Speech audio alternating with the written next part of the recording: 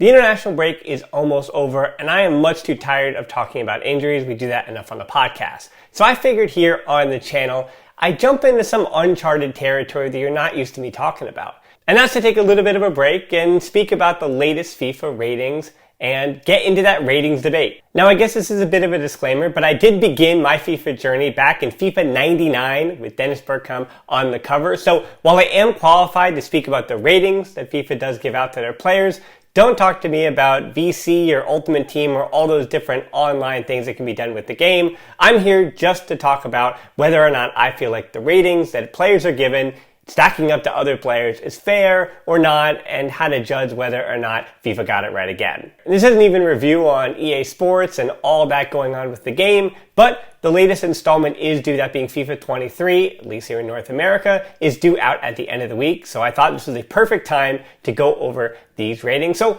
let's get into it. And let's start going one by one, position by position, beginning with Marc-Andre ter Stegen. And let me also establish here that I'm essentially focusing on the rating, the overall rating that was given, and the potential. All the other skills and metrics and sliders and things like that there, it's a bit too nuanced for me. I think we could argue about those minor things all day long. So we're really, again, just focusing on overall rating and potential for each player. And we do begin with a bit of a challenge with ter Stegen, because unlike so many of the other players that you're going to see on this list, ter Stegen, his rating is kind of always dependent on the goalkeepers around him and how I felt like he stacked up with some of the other ratings. With an 88 rating and an 89 potential, the only keepers that rank higher than him are Courtois, Neuer, Alisson, Ederson, Oblak, Donnarumma, and Navas. And they are all at either 90, 89, or an 88 rating. And coming into this year, calling ter Stegen the 8th best goalie was probably more than fair to him, and early showings indicate that that could change for the better if he keeps this up. Iñaki Peña is at a 72 rating and an 81 potential, and based on his sample size, I'd say that's fair. Arnaud Tenas at 67 and 81 should probably be closer to 69 and 84. But that's just based on my long-held belief that the 21-year-old has a lot more potential, not necessarily than even Peña, but has a lot of potential to be a top goalkeeper down the road.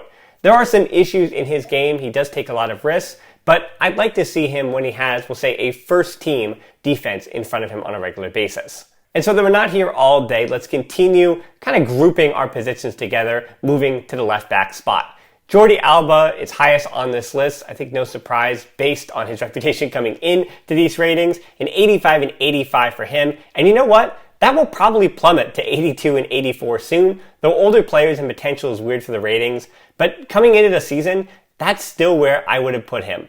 One of the top attacking fullbacks in the world heading into the season, and I think that's fair, again, based on where he was in August of this year. Alejandro Balde is a 68 and an 83, which maybe even 2 months ago was fair, but now I'd say he's a 73 and an 86 for potential. I just don't see how you can argue for a player making regular appearances and arguably being Xavi's starter at left back for a team that's going to be competing the way Barcelona are and have that player be under even a 72 rating. I think they just have to be higher than that number. And honestly, 73 might even be too low based on those parameters. Marcos Alonso is 79 and 79, which, based on what Chelsea fans have said, is just about right. If he does well for Barca, I can see that moving to 80 and 80, but now in his 30s, I can't imagine that number changing too much in either direction. I think this is just a player and the rating that he is going to be. Before we hit the center backs, let's head over to the right side of the back line. Sergio Roberto is at 80 and 80, and I think that may be based more on reputation than reality. Having not played regularly since before the pandemic, I think Roberto is more of a 76 and 80 situation. Again, the potential is a bit higher than the rating for a 30-year-old, which is something you don't really see, but I do think his best is something we haven't seen in a while. Hector Bellerin is at 79 and 80, and based on what I saw from him last season with Real Betis, I'm fine with that. I know it feels like he's been around forever since we've known him since he was a teenager, but he is still just 27. So maybe that 80 potential could be bumped to an 81 or an 82, but it really depends on how this season moves along for him. Now to focus on the center backs, I feel like we have to kind of say all of these names together with the ratings and potential together, and instead of comparing them to everybody else, kind of compare them to each other and then speak about what feels a bit off. Ron Araujo begins our list with 83 and 89, Jules Koundé is at 84 and 89, Gerard Piqué at 83 and 83, Andres Christensen at 82 and 86, and Eric Garcia at 76 and 83. For those who regularly watch this channel and listen to the podcast, you know that the first thing that's going to jump out to me is that Eric Garcia's rating is probably criminally low, at least if we're taking into account the last month and a half, or the first month and a half of the season, whichever way you want to talk about it. He's been playing at an 80 level so far this season, and this next month of games could make me want to raise that even farther. And I think his intangibles should give him an 85 potential. Like Alba, PK's 83 and 83 will be downgraded likely, but just like Garcia, if he comes up big this next month, let's leave that there.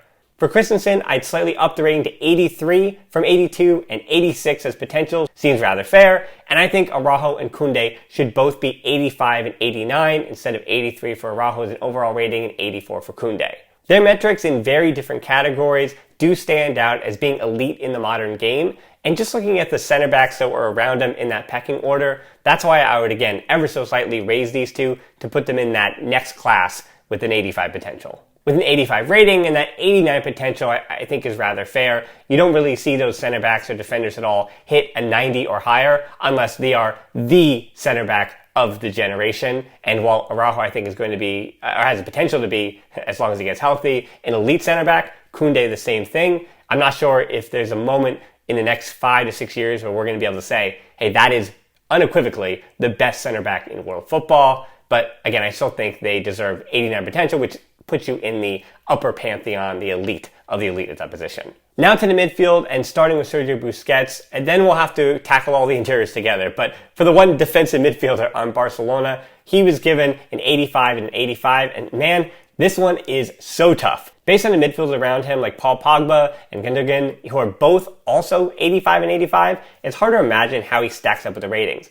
I'd love to keep potential higher, but at his age, those markers go together. From what we've seen so far this year, I'd say 84 and 84. He is still close to the top and essential to what Barca do, but if I'm rating him against everyone else in his position with all these sliders and such, I'm comfortable with him having the same rating as Sandro Tonali of AC Milan or a Declan Rice, because while those players don't necessarily have the abilities that he does on the ball, his way of controlling a game, the defensive metrics and his speed and just those physical intangibles, I think they do hurt him, at least in a video game, that being Busquets. I think FIFA's being just a bit, an inch too kind to him, honestly. So if you thought that the center backs was hard and Busquets was difficult, now let's look at the other midfielders again. I'm going to clump them all together and we'll see what we can find. Frankie de Jong is an 87 and a 92 with the highest rating for a Barcelona midfielder. Pedri is an 85 and a 93. Frank Kessié is at 84 and 86. Gabi is at 79 and 89. And Pablo Torre is at 68 and 85. Based on the parameters I set up with other ratings, de Jong's inconsistency has to drop him just a little for me, but ever so slightly.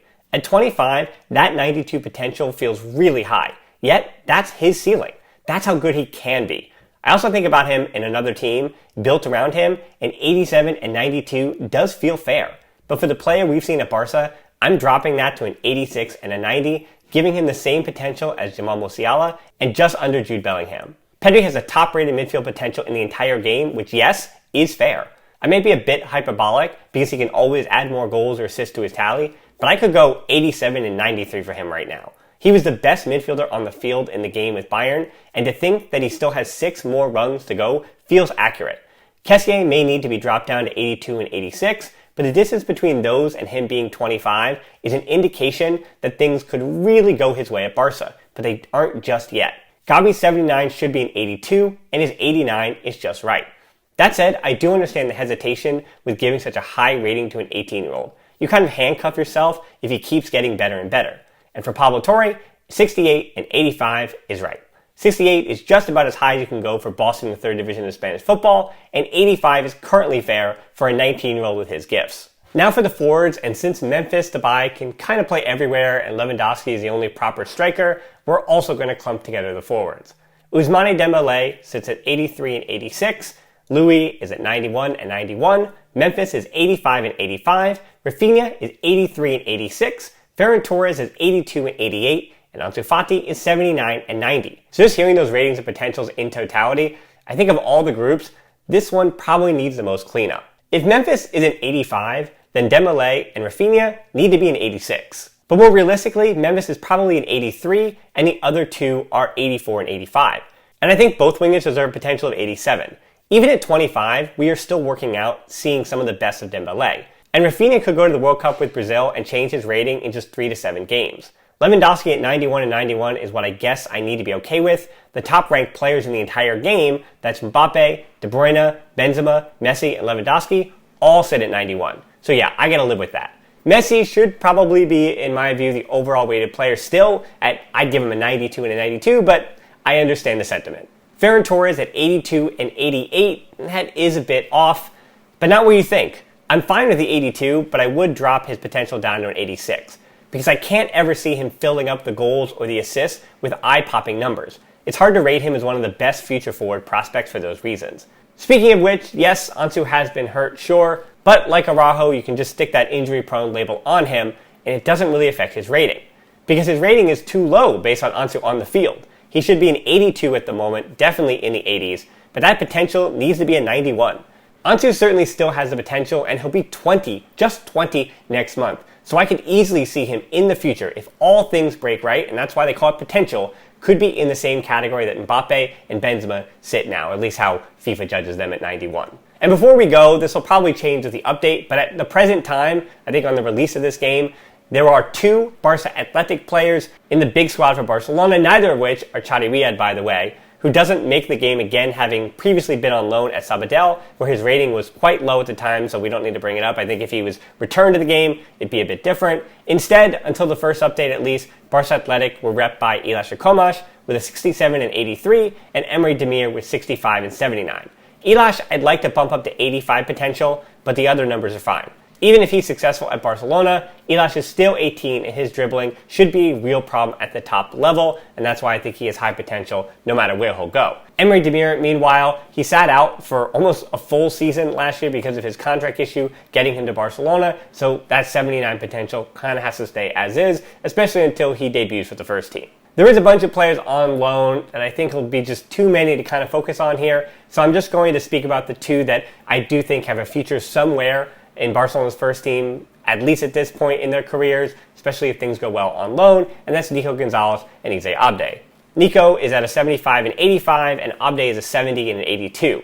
Because of Abde's skill, and arguably his one very good skill of dribbling and dribbling very quickly, that is a skill that does change winger ratings rather easily. So I understand why that can't be enhanced, but I think 72 and 83 is more fair for Abde in totality, even if not practically. Nico's 75 and 85 are also fair. He does have a ton of potential, but right now he does a bunch of things reasonably well and well enough to keep his overall rating at a reasonable level, but he has also not shown the consistent flashes that would put him higher than a 75, which to me, looking at FIFA, 75 feels like your average first team player in a top division. And even so, for certain teams at the bottom, puts him in the top half of players on any given team. So on Valencia, with the role he's going to have, 75 feels just about right.